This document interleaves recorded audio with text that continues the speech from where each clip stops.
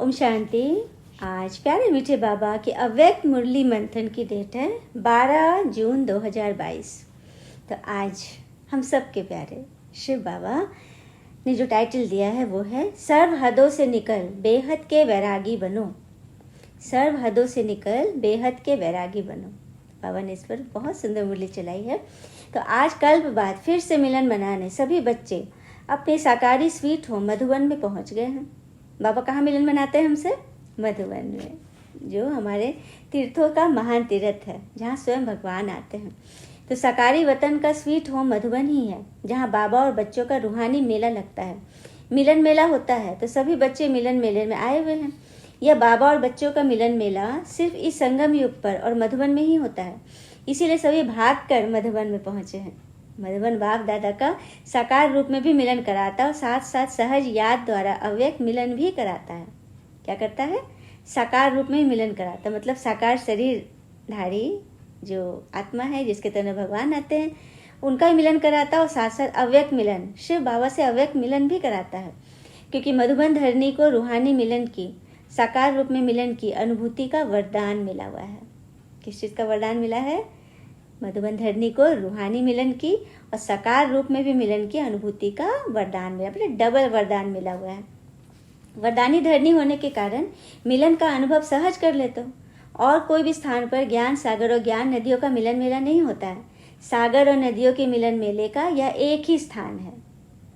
ऐसे महान वरदानी धरनी पर आए हो, ऐसा समझते हो? बाबा पूछ रहे हैं। बच्चों ने हाथ उठाया, जी बाबा। तपस्या वर्ष में विशेष इस कल्प में पहली बार मिलने वाले बच्चों को गोल्डन चांस मिला है। कितने लकी हो। तपस्या के आदि में ही नए बच्चों को एक्स्ट्रा बल मिलता है, तो आदि में ही यह एक्स्ट्रा बल आगे के लिए आगे बढ़ने में सहयोगी बनेगा। इसीलिए नए बच्चों को ड्रामा ने भी आगे बढ़ने का सहयोग दिया है, इसलिए यह उल्हाना नहीं दे सकेंगे कि हम तो पीछे आए हैं। पापा कह रहे कि सभी बच्चों को, नए बच्चों को भी भगवान आगे बढ़ने का सहयोग देते हैं, इसलिए कोई यह उल्हाना नहीं देंगे, इस मूंझ में नहीं रहेंगे कि हम तो पीछे आए हैं। नहीं, तपस्या वर्ष को भी वरदान मिला हुआ है। तपस्या वर्ष में वरदानी भूमि पर आने का अधिकार मिला है, चांस मिला है। यह एक्स्ट्रा भाग्य कम नहीं है। यह वर्ष का, मधुबन धरनी का और अपने पुरुषार्थ का, तीनों वरदान विशेष आप नए बच्चों को मिले हुए हैं। तो आप कितने लकी हो गए। इतने अविनाशी भाग्य का नशा साथ में रखना। सिर्फ यहाँ तक नशा न रहे, लेकिन अविनाशी पिता है, अविनाशी आप श्रेष्ठ आत्माएं हो, तो भाग्य भी अविनाशी है। क्या बात है। भगवान अविनाशी, हम श्रेष्ठ आत्माएं अविनाशी, तो हमारा भाग्य भी अविनाशी, जिसका कभी विनाश नहीं हो सकता। अविनाशी भाग्य को अविनाशी रखना, यह सिर्फ सहज अटेंशन देने की बात है। टेंशन वाला अटेंशन नहीं रखना, सहज अटेंशन, मतलब ईजी वे में अटेंशन। और मुश्किल है भी क्या? मुश्किल क्या है? हाँ, मेरा बाबा जान लिया, मान लिया, तो जो जान लिया, मान लिया, अनुभव कर लिया, अधिकार प्राप्त हो गया, फिर मुश्किल क्या है? क्या बात है। सिर्फ एक ही मेरा बाबा, यह अनुभव होता रहे, यही फुल नॉलेज है। क्या बात है। सिर्फ एक मेरा बाबा याद रख लो, यही फुल नॉलेज है। एक बाबा शब्द में सारा आदि मध्य अंत का ज्ञान समाया हुआ है, क्योंकि बीज है ना, बीज में तो सारा झाड़ समाया होता है। पूरे वृक्ष का विस्तार किसमें होता है? बीज में होता है। विस्तार भूल सकता है, लेकिन सार एक शब्द बाबा, यह याद रखना मुश्किल नहीं है। सहज याद है ना, कभी सहज कभी मुश्किल, ऐसा तो नहीं है। सदा बाबा मेरा है या कभी कभी मेरा है? बाबा पूछ रहे हैं, बाबा सदा मेरा है या कभी कभी मेरा है? जब सदा बाबा मेरा है तो याद भी सदा सहज होनी चाहिए। कोई मुश्किल की बात है क्या? भगवान ने पूछा। आप मेरे और आपने कहा बाप मेरे, फिर क्या मुश्किल है? इसीलिए विशेष नए बच्चे हो तो आगे बढ़ो। अभी ही आगे बढ़ने का चांस है। अभी फाइनल समाप्ति का बिगुल नहीं बजा है। ये रिवाइज कोर्स है 3-4-91 की। उस दिन बाबा कह रहे हैं कि अभी फाइनल समाप्ति का बिगुल नहीं बजा है, इसलिए उड़ो और औरों को भी उड़ाते चलो। इसकी विधि है वेस्ट, अर्थात व्यर्थ को बचाओ। व्यर्थ को बचाओ। बचत का खाता, जमा का खाता बढ़ाते चलो, क्योंकि 63 जन्म से बचत नहीं की, सिर्फ गंवाया है। जो सतयुग त्रेता में हमने कमाए ना, जो हीरे जवाहर के महल थे, वो 63 जन्म में सब गवा दिया, कुछ बचा ही नहीं। सभी खाते व्यर्थ गवा कर खत्म कर दिया। श्वास का खजाना भी गवाया, संकल्प का खजाना भी गवाया, समय का खजाना गवाया, गुणों का खजाना गवाया, शक्तियों का खजाना गवाया और ज्ञान का खजाना भी गवा दिया। फिर से सुनते हैं।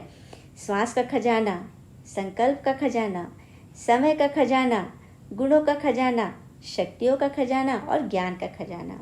सभी बच्चे लिख लीजिए कौन कौन से खजाने हमने 63 जन्म गंवा दिए, कितने खाते खाली कर दिए। अभी इन सभी खातों को जमा करना है। जमा होने का समय भी अभी है और जमा करने की विधि भी भगवान द्वारा सहज मिल रही है। विनाशी खजाने खर्च करने से तो कम होते हैं, खूटते हैं, और यह खजाने जितना स्व के प्रति और औरों के प्रति शुभ वृत्ति से कार्य में लगाएंगे उतना जमा होता जाएगा, बढ़ता जाएगा। यहाँ खजानों को कार्य में लगाना यह जमा की विधि है। क्या बात है, खजानों को खर्च करना जमा करने की विधि है। ऐसा कभी सुना है कि खर्च करो खजाना और ही बढ़ जाए? तो वहाँ रखना जमा करने की विधि और यहाँ लगाना जमा करने की विधि है। क्या बात है, स्थूल धन को जमा रखना, स्थूल धन को रखना जमा करने की विधि है। जमा करते जाओ, जमा करते जाओ, तिजोरी भरते जाओ। लेकिन यहाँ क्या विधि है? लगाना, यहाँ यूज करना विधि है जमा करने का। तो फर्क है ना। समय को स्वयं प्रति या औरों प्रति शुभ कार्य में लगाओ तो जमा होता जाएगा। ज्ञान को कार्य में लगाओ, ऐसे गुणों को, शक्तियों को जितना लगाएंगे उतना बढ़ेगा। यह नहीं सोचना जैसे वह लॉकर में रख देते हो और समझते हो कि बहुत जमा है। ऐसे आप भी सोचो, मेरी बुद्धि में ज्ञान बहुत है, गुण भी मेरे में बहुत है, शक्तियाँ भी बहुत है। लॉकअप करके मत रखो, यूज करो। क्या बात है, कितनी सुंदर रीति बाबा ने इसको कंपेयर किया ना, कि जैसे दुनिया में स्थूल धन हम जमा कर देते हैं लॉकर में या बैंक में और सोचते हैं ना कि मेरे पास तो बहुत पैसा, उसी पैसे के नशे में रहता है कि हम तो लखपति हैं, करोड़पति। कितना नशा होता है ना अमीरों को। अब मैंने कल की वाणी बोला ना कि कितने भी अमीर होंगे लेकिन आपके सामने तो वो कौड़ी मिसल है। तो दुनिया में तो वो लोग लॉकर में जमा करते, समझते हैं कि बहुत खजाने हैं। तो ऐसे आप भी मत सोचो कि जो भी ज्ञान है आपकी बुद्धि में सब है, गुण मेरे में बहुत है, शक्तियाँ बहुत है, बुद्धि के लॉकअप में रख दिए हो, यूज नहीं कर रहे हैं। समझा? तो जमा करने की विधि क्या है? कार्य में लगाना, स्वयं प्रति भी यूज करो, नहीं तो लूज हो जाएंगे। क्या बात है, सिर्फ दूसरे के प्रति यूज मत करो, पहले स्वयं प्रति यूज करो, नहीं तो लूज हो जाएंगे। कई बच्चे कहते हैं सर खजाने मेरे अंदर बहुत समाये हुए हैं, बहुत गुण है, बहुत शक्ति है मेरे अंदर, पर रखने निर्णय करने की शक्ति तो एकदम कमाल है। लेकिन समाये हुए की निशानी क्या है? समाये हुए अर्थात जमा है तो उसकी निशानी है स्व प्रति व औरों के प्रति समय पर काम में आए। काम में आए ही नहीं तो कहेंगे क्या कि जमा है, बहुत जमा है। तो इसका यथार्थ जमा की विधि नहीं कहेंगे, क्या कहेंगे? बस बुद्धि के लॉकअप में बंद है। इसीलिए अगर यथार्थ विधि नहीं होगी तो समय पर संपूर्णता की सिद्धि नहीं मिलेगी, धोखा मिल जाएगा, सिद्धि नहीं मिलेगी। मतलब हार जाएंगे ना, माया जीत जाएगी, पेपर में हरा देगी यदि समय पर यूज नहीं करें। हाँ, ये तो वही कहानी है ना। एक व्यक्ति कहीं से लौट के आ रहा था, उसके पास पैसे वैसे भी थे और उसके पास एक बंदूक भी था, लाइसेंस वाला। रास्ते में उसको लुटेरों ने उसको पकड़ लिए और लूटने लगे, सब कुछ दे दिया हुआ पैसा वैसा। और घर आके ना पत्नी से बोला कि मुझे लुटेरे लूट लिए थे। लेकिन देखिए मैंने बहुत बहादुरी का काम किया कि क्या, मैं बंदूक बचा के ले आया, जबकि बंदूक में गोलियां भी लोडेड थी। पत्नी ने माथा पीट लिया कि चोर लुटेरे। पहले पूछा चोर लुटेरे के पास क्या था, तुम लोग के पास चाकू लेकर आया था।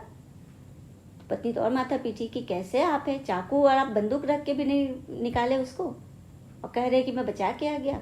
तो वही चीज़ है, ये खजाने जो भगवान हमको दे रहे हैं, हमें बचाना नहीं है कि हमने भगवान का खजाना जो मिला उसको बचा लिए, जमा कर लिए। वो जमा नहीं है, उसमें तो सब फिर घुन लग जाएगा। हाँ, शक्तियों को कार्य में लगाओ और तब बढ़ते जाएंगे। तो बचत की विधि, जमा करने की विधि को अपनाना है, फिर व्यर्थ का खाता स्वतः ही परिवर्तन हो सफल हो जाएगा। जैसे भक्ति मार्ग में यह नियम है कि जितना भी आपके पास स्थूल धन है तो उसके लिए कहते हैं ना, दान करो, सफल करो, बढ़ता जाएगा। भक्ति में भी कहते हैं दान करो तो बढ़ेगा। सफल करने के लिए कितना उमंग उत्साह बढ़ाते हैं, भक्ति में भी ऐसा होता है। तो आप भी तपस्या वर्ष में सिर्फ यह नहीं चेक करो कि व्यर्थ कितना गवाया। हाँ, हम ये चेक करते कि आज कितना व्यर्थ चला गया, आज बोली वचन ऐसे हो गया, मन ऐसे हुआ। व्यर्थ गवाया ये अलग बात है, लेकिन यह चेक करो कि सफल कितना किया। तो सारे खजाने सुना है ना, कितने सारे खजाने बाबा ने बोला। गुण भी है बाबा की देन। आपके अंदर जो भी गुण है वो बाबा की देन है, क्योंकि पहले भी हमारे अंदर गुण था भगवान से मिलने से पहले, लेकिन उसमें गुण लगा हुआ था क्योंकि मन में कीड़े थे, मन में नकारात्मक ऊर्जा हमेशा हर पल हर सेकंड निवास करती थी। तो वो जमा का खाता कुछ भी नहीं बढ़ा, गुण रहने पर भी उसमें गुण लगा हुआ था।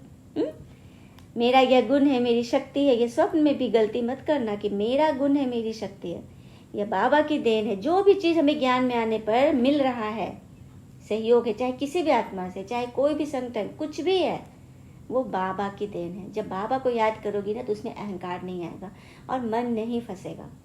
समझ रहा है? बाबा का जैसे वही मकान मालिक और किराएदार मकान में कोई टूट फूट होती है तो किसको जिम्मा देता है? सीधे जाता मकान मालिक को बोलता है। खुद नहीं नल का बनाने और मार्बल टूटा है और ये बनाने, दीवार बाउंड्री बनाने लग जाता है, बिल्कुल नहीं, वो तो सीधे मकान मालिक को बोलेगा। उसी तरह से संगठन में कुछ फूट आया, कुछ बात हो रही है तो बस बाबा याद करो, योग करो और अपने को संभालो, है ना? तो सारे खजाने इसी तरह से जमा होगी। भगवान की देन है, परमात्मा देन को मेरा मानना यह महापाप है। क्या बात है, ये प्रभु देन है ना। कई बार कई बच्चे साधारण भाषा में सोचते भी और बोलते भी है, मेरे इस गुण को यूज नहीं किया जाता, मेरे में यह शक्ति है, मेरी बुद्धि बहुत अच्छी है, इसको यूज नहीं किया गया, तो मेरी कहाँ से आई? मेरी कहा और मैली हुई आत्मा मैली हो जाती है। भक्ति में भी यह शिक्षा 63 जन्म से देते रहे कि मेरा नहीं मानो, तेरा मानो। भक्ति का भी गीत है ना, तन मन धन सब कुछ तेरा। हाँ, तो वहां बस बोलते आए, कभी दिए नहीं। अब प्रैक्टिकली देने का समय आ, क्योंकि भगवान थे ही नहीं तो किसको देते, है ना? दीवार को थोड़ी देंगे। तो यहाँ हमें देना है ना। 63 जन्म तो बस बोलते रहे कि तेरा है तेरा है, कभी दिया नहीं। तो ज्ञान मार्ग में भी कहना तेरा और मानना मेरा, तो ये क्या हो गया? भक्ति हो गई ना। ये भी भक्ति हो गई ना। भक्ति भी जो करते आए, तेरा तेरा करके मेरा मेरा का टैग लगा दिए। हाँ, ठगी नहीं करना, यहाँ नहीं ठगी चलना है। इसलिए प्रभु प्रसाद को अपना मानना यह अभिमान और अपमान है। क्या बात है, भगवान की देन। बाबा बाबा शब्द कहाँ भी भूलो नहीं। बाबा ने शक्ति दी है, बुद्धि दी है, बाबा ने सहयोग दिया, चाहे कोई भी निमित्त क्यों ना हो, सहयोग बाबा का है, बाबा का कार्य है, बाबा का सेंटर है, बाबा की सब चीजें हैं। ऐसे नहीं समझो मेरा सेंटर है, हमने बनाया, हमारा अधिकार है। हमारा शब्द कहाँ से आया? आपका है क्या? गठरी संभाल कर रखी है क्या? कई बच्चे ऐसा नशा दिखाते हैं। क्या बात है, हमने सेंटर का मकान बनाया, हमने संगठन बनाया तो हमारा अधिकार है, लेकिन बनाया किसका सेंटर? वाह, ये पॉइंट बहुत बेजोड़ है। किसका सेंटर बनाया? आगे में कौन है? बाबा का सेंटर है ना।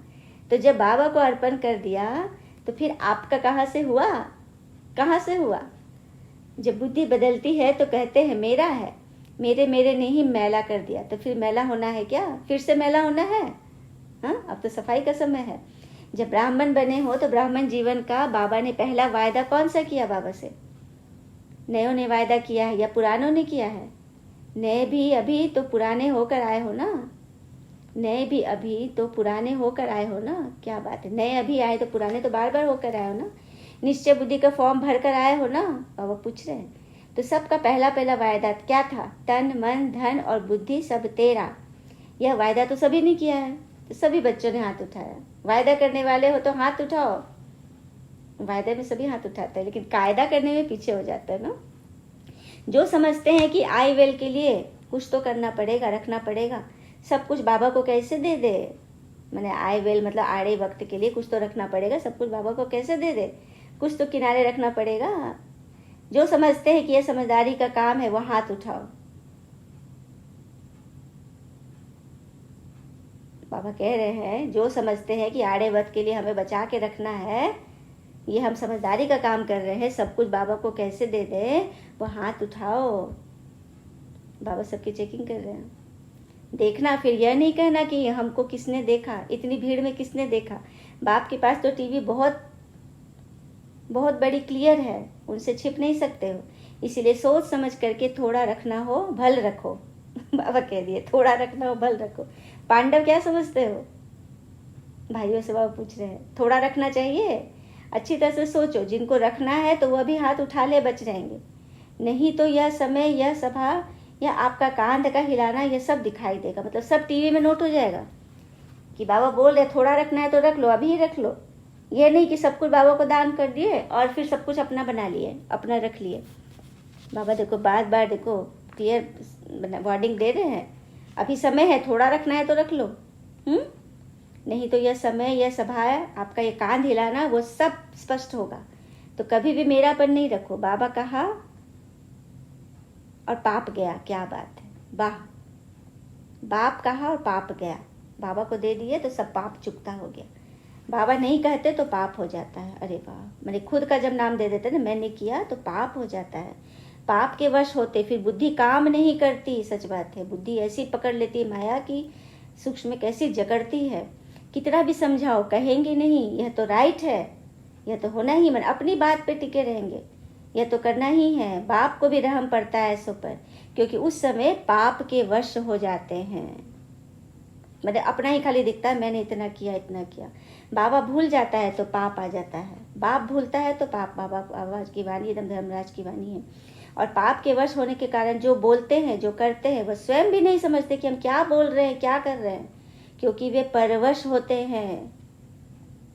तो सदा ज्ञान के होश में रहो, पाप के जोश में मत रहो। क्या बात है। बीच बीच में यह माया की लहर आती है ना, आप नए इन बातों से बच करके रहना। मेरा मेरा में अभी एक अव्यक्तवाणी का एक सुन रहे थे, ज्ञान मोती ग्रुप से आता है, उसमें एक बहुत सुंदर पॉइंट है कि 8 तरह से प्रकृति का पेपर आएगा लास्ट में, है ना। व्यक्ति, वस्तु, प्रकृति, संबंध, संपर्क, और एक आएगा ना इविल सोल का भी आएगा। तो इविल सोल ब्राह्मण आत्मा में वैसे नहीं प्रवेश करेगी जैसे भूत प्रवेश करता है किसी आत्मा में, है ना। इविल सोल कैसे पहुंचेगी? जो भी आपके अंदर कोई विकार का अंश मात्र भी होगा, जैसे क्रोध है, लोभ है, क्वेश्चन है, मेरा मेरा का कोई भी अंश मात्र भी होगा ना, उसमें प्रवेश कर जाएगी। उस गुण को वो बढ़ा देगी, इतना बढ़ाएगी ना कि लोगों को लगेगा कि अरे इनको क्या हो गया, अभी तो भले चलेंगे थे, अभी क्या हो गया इनको, कैसे मतलब हो गया। तो ये इविल सोल का प्रहार होगा।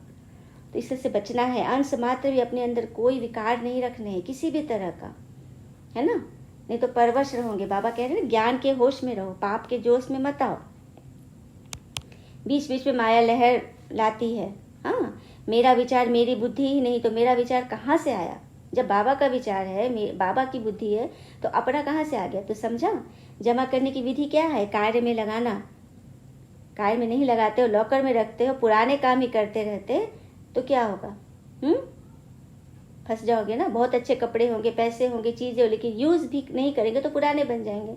पुरानी वस्तु से उन्हों को प्यार होता है, और अलमारी की चीजें अलमारी में ही रह जाएगी। मतलब पुरानी चीजों को यूज करो, नई चीजें अलमारी में रख देंगे। अभी एक कहानी भी थी, एक बहुत सुंदर कथा थी। एक पत्नी का डेथ हो चुका था, पति सब कबर्ड में साफ कर रहा था, तो देखा एक पैकेट में बहुत सुंदर साड़ी और ज्वेलरी वगैरह रखे हुए थे। उसमें एक लेटर भी था कि ये साड़ी मैंने समय आने पर पहनूंगी, कुछ विशेष ओकेजन पे। और उसके पहले तो वो चली गई। वो देख कर उसके पति को बहुत दुख हुआ और बहुत रोता रहा। इसलिए कहने की बात है कि जो चीज़ आपको मिला है उसको यूज़ करो। भगवान जो हमें गुण दे रहे हैं उनको यूज़ करो, नहीं तो समय जब निकल जाएगा तो फिर हम कुछ नहीं कर सकेंगे। इतना ही तक पुरुषार्थ करो, वही पद मिलेगा। समझा क्या करना है? सिर्फ अपने में ही खुश नहीं होते रहो कि मैं बहुत अच्छी गुणवान हूँ, मैं बहुत अच्छा भाषण करती हूँ, मैं बहुत अच्छा ज्ञानी हूँ, योग भी मेरा बहुत अच्छा है। लेकिन अच्छा है तो यूज़ करो, उसको सफल करो। सहज विधि है, कार्य में लगाओ और बढ़ाओ। बिना मेहनत के बढ़ता जाएगा। और 21 जन्म आराम से खाना, यूज़ करोगे ना तो बिना मेहनत के बढ़ता जाएगा। 21 जन्म आराम से खाना, वहाँ मेहनत नहीं करनी पड़ेगी सत्युग में ना। फिर बाबा ने कहा ये विशाल महफिल है। शास्त्रों में आपका जो यादगार, उसमें भी गायन है ना। पहले गिलास में पानी डाला, फिर उसको घड़े में, उससे घड़े में डाला, फिर घड़े से तालाब में डाला, तालाब से नदी में डाला, आखिर कहाँ गया? सागर में। तो ये महफिल पहले हिस्ट्री हॉल में लगी, फिर मेडिटेशन हॉल में लगी, अभी ओम शांति भवन में लग रही है, अब फिर कहाँ लगेगी? लेकिन इसका मतलब यह नहीं कि साकार मिलन के बिना अव्यक्त मिलन नहीं मना सकते हो। अव्यक्त मिलन मनाने का अभ्यास, समय प्रमाण बढ़ना ही है। बाबा ये कह रहे कि यह नहीं कि जब मधुबन में मैं आता हूँ तभी मिलन मनाता हूँ। आप बच्चे तो मुझसे रोज मिलन मनाते हो, अव्यक्त मिलन, है ना। तो इस तरह से बाबा ने सबको अभ्यास करने के लिए पुरुषार्थ का बाबा ने चार्ट दिया, और कह रहे हैं कि बाप दादा विशेष या साकार में मिलन का पाठ अब तक बजा रहे हैं। सभी खुश राजी हो, संतुष्ट हो, बाहर रहने में भी संतुष्ट हो। यह भी ड्रामा में पार्ट है। जब कहते हो सारा आबू हमारा होगा, तो वह कैसे होगा? पहले आप चरण तो रखो, फिर अभी जो धर्मशाला नाम है वो अपना हो जाएगा। मतलब सब कुछ बाबा कह रहे हैं, धीरे धीरे सारा अपना होगा। पूरे आबू रोड तक क्यों लगेगी? बाबा से मिलने की। फिर बाबा ने दादियों से मुलाकात की। सदैव कोई नई सीन होनी चाहिए ना, यह भी ड्रामा में नई सीन थी जो रिपीट हुई। यह सोचा था कि यह हॉल भी छोटा हो जाएगा, सदा एक सीन तो अच्छी लगती नहीं, कभी कभी भी सीन अच्छी लगती है। मतलब कभी सोचा था ओम शांति भवन का हॉल तो डायमंड हॉल से छोटा ही था ना, तो कभी सोचा था कि यह हॉल जब कम लोग थे तो कभी नहीं लगता था कि यह हॉल छोटी हो जाएगी, है ना, क्योंकि आत्माएं तो बढ़ती जाएगी ना। बाबा ने कल की वाणी में बोला था साकार मुरली में कि जब विनाश के हंगामे शुरू हो जाएंगे तो समझना है कि आपका दैवी झाड़ वृद्धि को पा रहा है ना। छोटा ओम शांति का भवन अब डायमंड हॉल बन गया है, कितनी बड़ी बात है ना। फिर बाबा ने कहा कि तपस्या द्वारा वृत्ति पावरफुल हो जाएगी तो स्वतः ही वृत्ति द्वारा आत्माओं की भी वृत्ति चेंज होगी। जब तपस्या करेंगे ना तो आपकी वृत्ति जब पावरफुल होगी तो उसके वाइब्रेशन से अन्य आत्माओं की वृत्ति चेंज होगी। अच्छा, आप सब सेवा करते करते थकते तो नहीं हो ना, मौज मना रहे हो ना, तो मौज ही मौज है। अच्छा, फिर बाबा ने हम सबको वरदान दिया, श्रेष्ठ कर्म द्वारा दुआओं का स्टॉक जमा करने वाले चैतन्य दर्शनीय मूर्त भव। श्रेष्ठ कर्म द्वारा दुआओं का स्टॉक जमा करने वाले चैतन्य दर्शनीय मूर्त भव। जो भी कर्म करो उसमें दुआएं लो और दुआएं दो। श्रेष्ठ कर्म करने से सबकी दुआएं स्वतः मिलती है, सबके मुख से निकलता है, ये तो बहुत अच्छे हैं, वाह।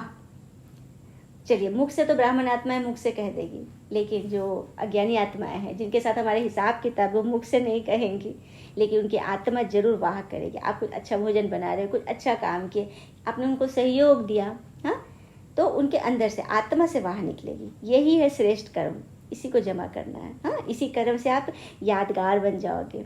भले कोई भी काम करो लेकिन खुशी लो और खुशी दो, दुआएं लो दुआएं दो। जब अभी संगम पर दुआएं लेंगे और देंगे तब आपके जड़ चित्र द्वारा भी दुआएं मिलती रहेगी और वर्तमान में भी चैतन्य दर्शनीय मूर्त बन जाएंगे। क्या बात है, जड़ चित्रों से दुआएं मिलेगी ही, लेकिन वर्तमान में संगम पर आप चैतन्य में दर्शनीय मूर्त बन जाओगे। आपसे मिलने, आपसे सुनने, आपको देखने के लिए लोगों की भीड़ लग जाएगी। स्लोगन, सदा उमंग उत्साह में रहो तो आलस्य खत्म हो जाएगा। आलस्य ब्राह्मणों का सबसे बड़ा शत्रु है। जब सब कुछ निर्बंधन रूप से हो जाता है, हर एक चीज़ हमारे पहुंच में है, हम कुछ भी चाहे कर सकते हैं, कोई रोक टोक नहीं, तो सबसे बड़ी माया आती है आलस्य रूप से। तो उससे बचना है और अमृत वेले जरूर उठना है। अच्छा, ओम शांति। शुक्रिया मीठे बाबा, बाबा के प्यारे प्यारे बच्चे। थैंक यू बाबा, इतनी सुंदर अव्यक्त वाणी सुनाने के लिए, चलाने के लिए, हमारे जमा का खाता को बढ़ाने के लिए आपका बहुत बहुत शुक्रिया। ओम शांति।